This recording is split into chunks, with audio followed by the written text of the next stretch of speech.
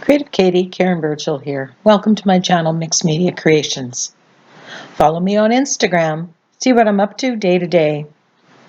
And don't forget to subscribe to this channel and check the option to be notified as soon as I upload new videos. That way you won't miss any. Today we have a mixed media mini tutorial. I'm going to be doing two similar but different mini canvases. And here's a hydrangea from my backyard, and it's the inspiration for these mini canvases. So I'm going to start with colored coffee filters, and I just went through my stash. I want a kind of blue-green kind of background sky, so I grabbed a couple of them out, and I love using coffee filters. They collage so well, and they're the perfect size for these mixed media minis. So I'm applying a coat of gel medium, and this is the matte finish, which I use all the time, and I'm using this as an adhesive. It does have other uses within the art world. Now, if you can't find these little canvas boards, this is a 4x4 canvas board, and this one is magnetic. You can get little mini canvases, and I know those you can get at Michael's and online. They make perfect little gifts, and that's what I'm working on today. So once I get a good coat of gel medium, I'm just going to apply this coffee filter on and put a coat of the gel medium on top. Now the gel medium, it goes on and it's slightly cloudy, but it does dry clear.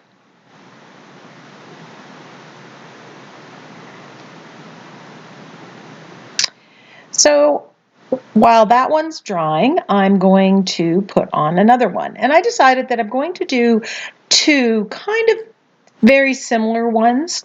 And when you're making gifts or making them for the purpose of selling them, sometimes doing it in that fashion works well. But I know at the beginning when I tried to do more than one iCAD or ATC at the same time, I got confused and it frustrated me. So feel free to do just one. Now I love the background of this coffee filter. It's very grungy. There's some gold on it. There's blotches of purple paint on there, and it's all crinkled up. And that is just going to give instant loveliness to your background. And that's it. That's the backgrounds that we have. Now we could add more. Now what I've done here is I've used painter's tape, and I bought this thicker stuff because I'm going to be doing a lot of these mini canvases, but I don't want the magnet to get all gunged up. So I just put two strips on there. So I'm showing you how I'm finishing off the background of this. Now, in future videos, I'll show you when I'm actually just painting the front. But in this, I'm just flipping the edge over after applying a coat of gel medium underneath and on top again.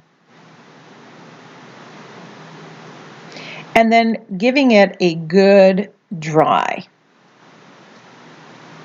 Now that's key, because if you try to force the issue, you're going to end up having some problems because the material or the coffee filter will tear rather than cut. So then I'm just using the X-Acto knife and I'm just slicing down very lightly next to the magnet and then pressing down the edges. And then I'm going to do the other two sides.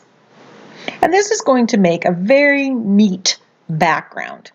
Now, if I was making this for myself, would I go through all this trouble? I don't know necessarily. But, you know, because these are going to be gifts and or items that I might try to sell, I want to make sure that it looks neat and tidy. And right there, I'm showing you there's a little G on there. I have all these little mini canvases, and I just spent, you know, an hour, and I gessoed all of them. And then I put a G on the back once I've gessoed it. So once that dries, again, I'm just using the X-Acto knife. And this works so very, very well. And I'm just peeling this off. Don't press too hard, because if you press hard, you're going to cut the canvas and it might peel back. Now any edges or any bumps, you can apply more gel medium and make sure that it sticks down. So I really like doing these kind of assembly line where, you know, I'm doing the same process for several. It just seems to go a little faster. Now don't throw these out because you can totally use these to collage on and create another background for yet another mixed media mini canvas, or on a bigger, larger page if that's what you're creating.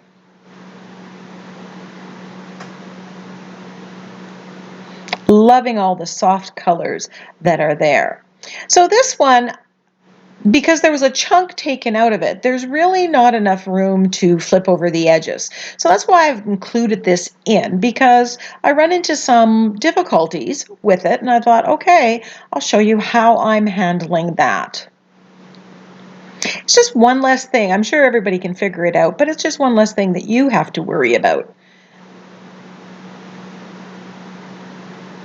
So again, with the gel medium, you know, and there I'm showing, like, I didn't plan, but I wanted to use this because it had the right colors.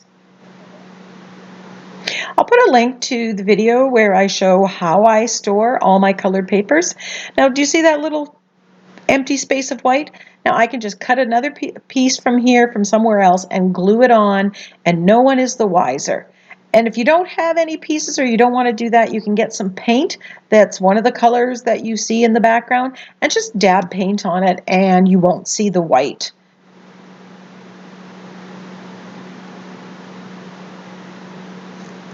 So here, because I just don't have any, I'm going to piece some in.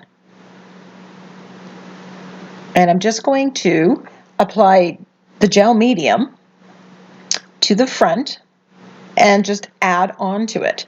And because of the material that the coffee filter is made of, it almost makes it seamless, which is absolutely wonderful. Oh, I just absolutely love this background. It's so crinkled and there's just so much interest in it. I could never get this background if I even tried to get this background. I think I scraped off some paint there, which gives that purple paint.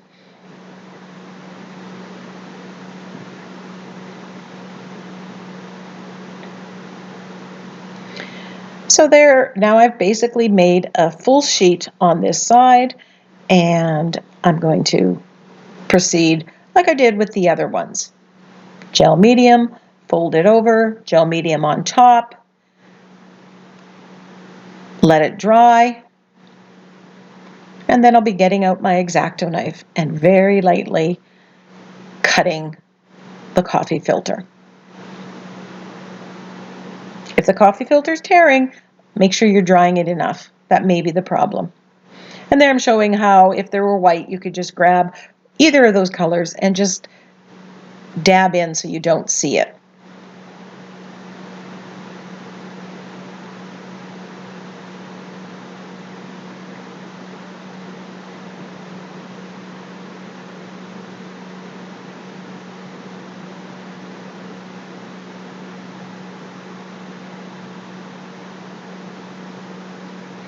And I'm just pressing it, making sure it's all in shape. And so there we have the coffee filter wrapped backgrounds. And there are two similar but different backgrounds. One's more watercolory. Now this is a stencil that I got from Folk Art, and I will put a link to it if I can find it in Amazon. And it came with that one, and then this bigger flower, and this alphabet. So I notice, you know, when I look at my stencil, I look for little bits, and I like this tiny little flower, and there's only the one of them on here, and I'm thinking that it reminds me of the shape of the hydrangea blossom. So I taped it off because of course I don't want the stem, and then I'm getting a mixture of paints, and I have light blue permanent, deep violet, quinacridone magenta, Prussian blue, and I believe Diox purple. And I'm going to put a little bit of each of those colors on my craft mat. It gets very messy very quickly here. And I'm just going to be dabbing each of those colors and then doing different flowers. And true to what you see when you see a hydrangea, they have all these different colors, different blossoms, even on the same cluster, look different. And so I'm not too worried. In fact, I want to get the different, some darker, some lighter, some have more pink, some have more blue, some are lighter, darker. And I'm just dabbing away and putting those in. So I'm putting some loose ones. I am going to start layering these, although I'm not going to get a full cluster like my original, like my inspirational picture. But you could if you wanted to. You could make a round poof. And I think I might do that more so on a larger page.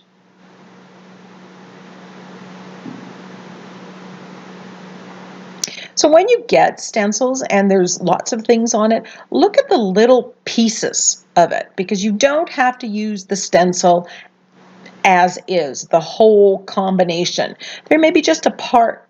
And if it's a thick enough stencil, it's very easy to tape off and mask off the rest of it so you don't have to worry about it.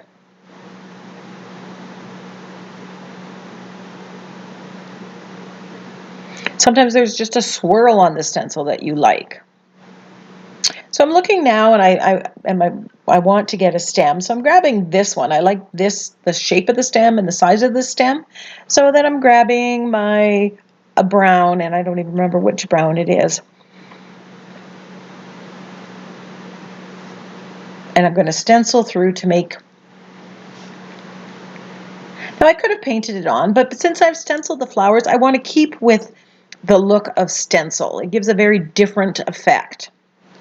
It's not as precise. So there's my branch. And then I'm going to I got a couple colors green, and I'm still using the same sponge that has the brown. So that's brought into the leaves. I apologize that that's off camera. Here's another good reason to be doing a couple little canvases or even more. Once you have this mess out and you have these paints out, it really maximizes the use of the paints and you minimize cleanup. Now I really didn't like how this leaf was, so very quickly with the baby white, very gently. If you rub too hard with the coffee filter underneath, you will tear the coffee filter.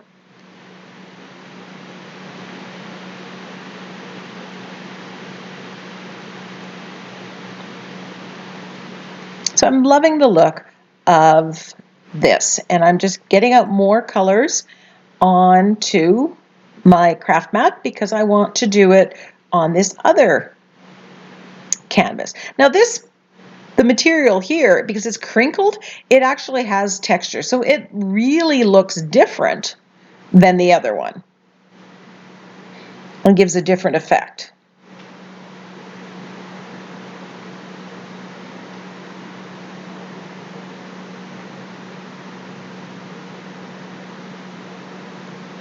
I will put a link to my finger painting flower tutorial in my technique tag series, because I show how you can paint with your fingers and get a hydrangea look. And that actually was where I was going to go with this until I noticed that I had this stencil.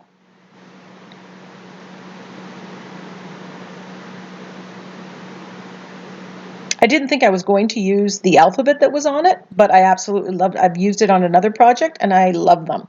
So there are the two canvases. Now I want to put the centers on the flowers, and inside my fine liner bottle is this Artist Loft gold paint that I've thinned down, and I've just trial and error figuring out how thick I want it. And I'm just putting a single daub in the middle of the hydrangea, each little floret, or whatever the correct term is. And I like the yellow on there. I think that it just really pops. I've tried it with silver. I didn't like the 3 dots like I did here, and that I did with my stylus. I prefer the fine liner bottle.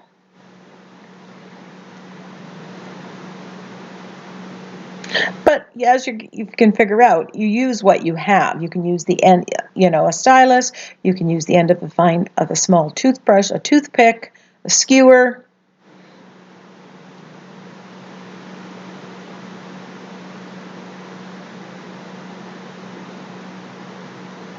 So now I will have my hydrangeas all winter long. I decided what would happen, if I outlined some of these. So I get out my liner pen. This is permanent because I will be varnishing and putting a sealant on here, and I don't want that to reactivate. So I'm going to outline some of them. Typically, I'm not someone who likes to do the outlining thing, but I thought some of them, and if I do it somewhat sketchily, it will look okay. And I don't do every single flower. I'm thinking, how this might have looked with white, but I didn't try it. So here I'm going very sketchily. Make sure if you get out your liner pens, you need to make sure that the canvas or whatever the page is dry. If it's wet at all, you are not going to be successful. You're going to get very frustrated, and worse even, you'll probably wreck your pen.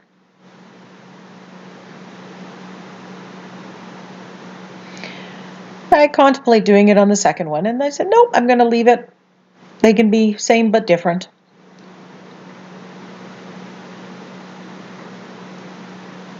Thought about putting some words on here and decided not to, but you could definitely put, peace, joy, hope, a single catchphrase in there. So here the magnets are on my stainless steel fridge. They look absolutely lovely, stacked like this. And here's close-ups of the finished product. Thank you so much for watching. Give me a thumbs up, leave a comment, and tell your friends about my videos.